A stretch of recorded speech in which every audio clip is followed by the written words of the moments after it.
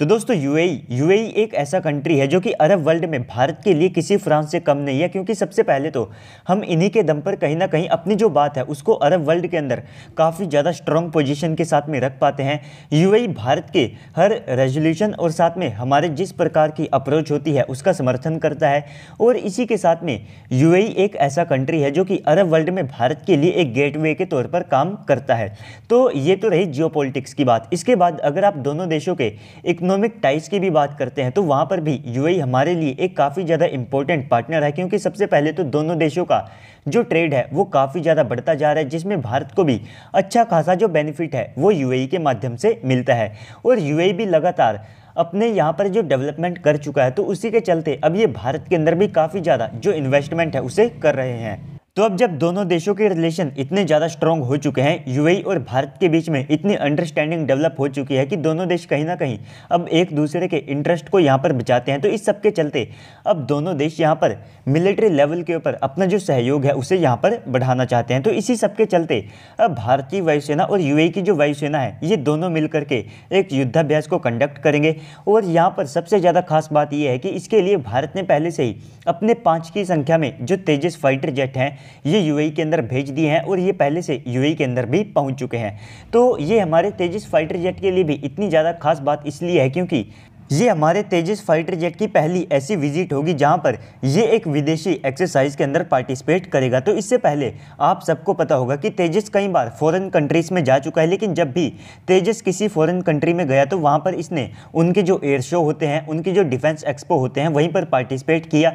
लेकिन ये पहला ऐसा मौका होगा जब हमारा ऑफिशियली तेजस फाइटर जेट एक युद्धाभ्यास के अंदर हिस्सा लेगा। तो डेफिनेटली यहाँ से कुछ आप सबको अच्छी जो इमेजेस हैं वे भी दिखाई देगी। और इसी के साथ में भारतीय वायुसेना के जो 2 C-17 ग्लोब मास्टर है वे भी इस युद्धाभ्यास का हिस्सा रहने वाले हैं। तो इसके बाद में जब भारत ने हाल ही में अपने एरो इंडिया शो को होस्ट किया था, तो उस समय यूएई का एक डेलीगेशन था जिन्होंने कई भारतीय वेपन्स में अपना इंटरेस्ट शो किया, जैसा कि इन्होंने जो भारतीय ब्रह्मोस मिसाइल है उसके अंदर भी अपने इंटरेस्ट को दिखाया कि कैसे ये आने वाले समय में भारत से ब्रह्मोस मिसाइल को खरीद सकते हैं।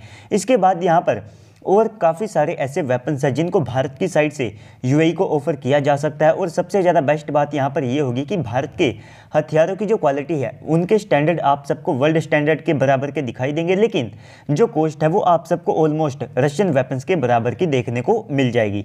तो इस कारण से भारत के वेपन काफ़ी ज़्यादा कॉस्ट इफेक्टिव सॉल्यूशन के तौर पर सामने निकल करके आते हैं। और इसी के साथ में इस प्रकार की जो एक्सरसाइजेज होती है तो इनका एक और बड़ा बेनिफिट ये मिलता है कि जैसा कि आप सबको पता होगा कि Rafale, F-22 Raptor, F-35, Su-35 तमाम दुनिया के जितने भी फाइटर जेट हैं ये अलग अलग वॉर एक्सरसाइज के अंदर हिस्सा लेते हैं। और यहीं से ऐसी खबरें निकल करके आती है कि राफेल ने कहीं ना कहीं F-22 रैप्टर को लॉक कर दिया, F-22 रैप्टर ने राफेल को लॉक कर दिया। और इसके बाद में ऐसी खबरें आती है जिससे कि ये पता चलता है कि एक फाइटर जेट कितना ज़्यादा कैपेबल है।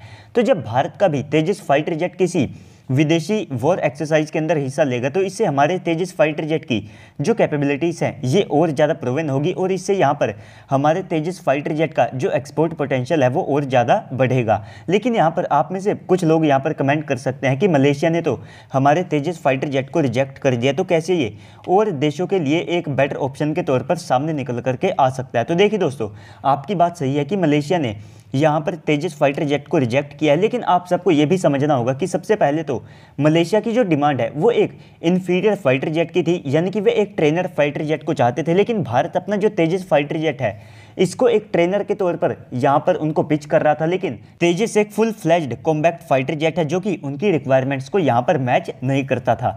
तो इसको आप एक ऐसे छोटे से एग्जाम्पल से समझ सकते हैं। मान लीजिए एक व्यक्ति को साइकिल की आवश्यकता है, लेकिन आप उसको मोटरसाइकिल बेचोगे तो वो कैसे आपकी मोटरसाइकिल को खरीदेगा। तो इस प्रकार की जो सिचुएशन है वो यहाँ पर मलेशिया के टेंडर में बनी थी, क्योंकि उनको एक ट्रेनर फाइटर जेट चाहिए था जो कि सस्ता हो, उसको ऑपरेट करना सस्ता पड़े, वो भले ही कम वेपन्स के साथ में आए, कम कैपेबिलिटीज़ के साथ में आए, ये सब उनको चलेगा, लेकिन उनको एक महंगा और साथ में कॉस्टली फाइटर जेट यहाँ पर नहीं खरीदना था।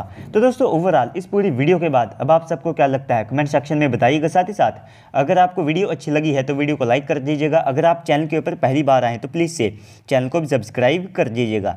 तो चलिए दोस्तों, आज की इस वीडियो में इतना ही, मिलते हैं अगली वीडियो में, तब तक के लिए गुड बाय, जय हिंद।